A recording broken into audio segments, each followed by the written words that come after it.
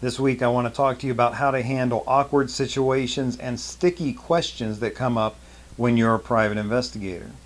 Hi, Larry Kaye, ShadowAnyone.com, and the creator of the Investigator's Ultimate Guide series, premium private investigator training from someone who's been there and done that. Now here's what happens. You'll be out, you're working a case, or maybe just doing something where people can see or know that you're a private investigator. Maybe you're down at the courthouse or something, and they'll ask you questions, they'll test you, they'll push a little bit. This can happen on the streets, inside offices, anywhere. And I want to talk a little bit about how I handle it and how you can handle it. Now, I think you as a person, and if you're interested in this line of work, you probably have certain people skills anyways. You kind of used to getting along with people.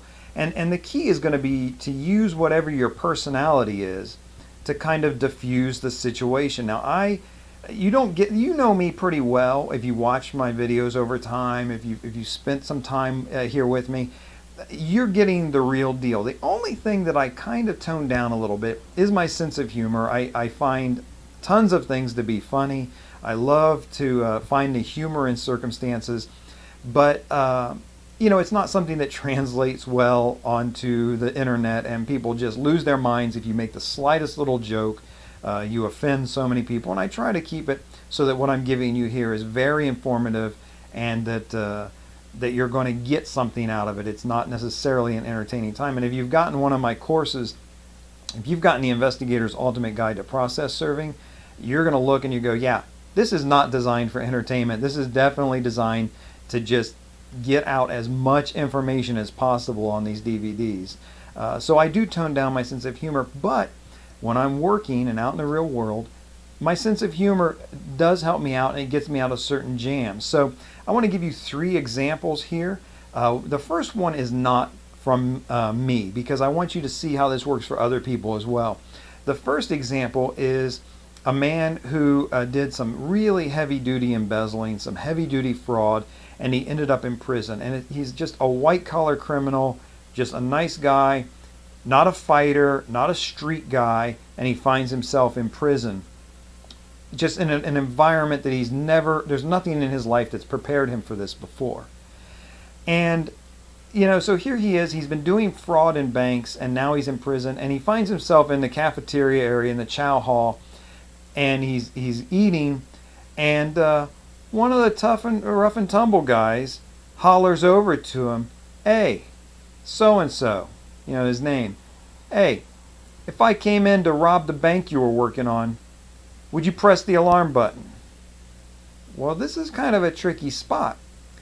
If he says, "Yes, I would," then he's a snitch. He's a rat. And everybody's going to hear him say that. If he says, "No, I would let you rob the bank, no problem," then he's a liar, and everybody knows that. This is not going to cut well for him either way.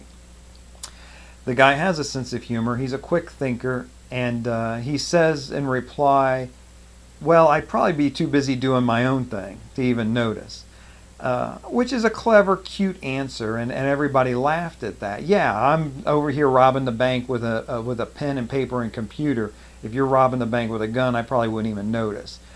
And so, here this guy got out of a sticky situation using a little bit of humor.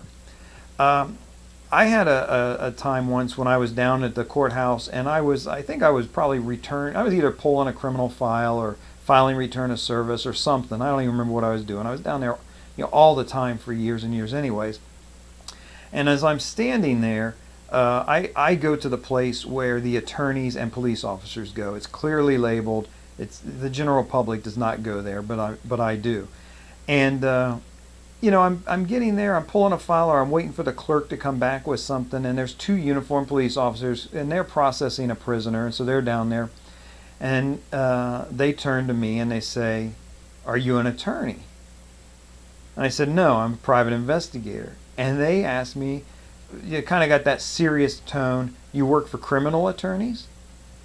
Now, these guys aren't going to hurt me. They're not going to do anything bad to me. I probably will never see them again in my life. But I want to keep that relationship open. I don't want them to think that I'm some scutzball trying to undo the very work that they are at that moment doing. They're locking up some guy for doing dirtbag type stuff. And here's this private investigator works for criminal attorneys going to try to get him off? This is, I don't want to be adversarial with them.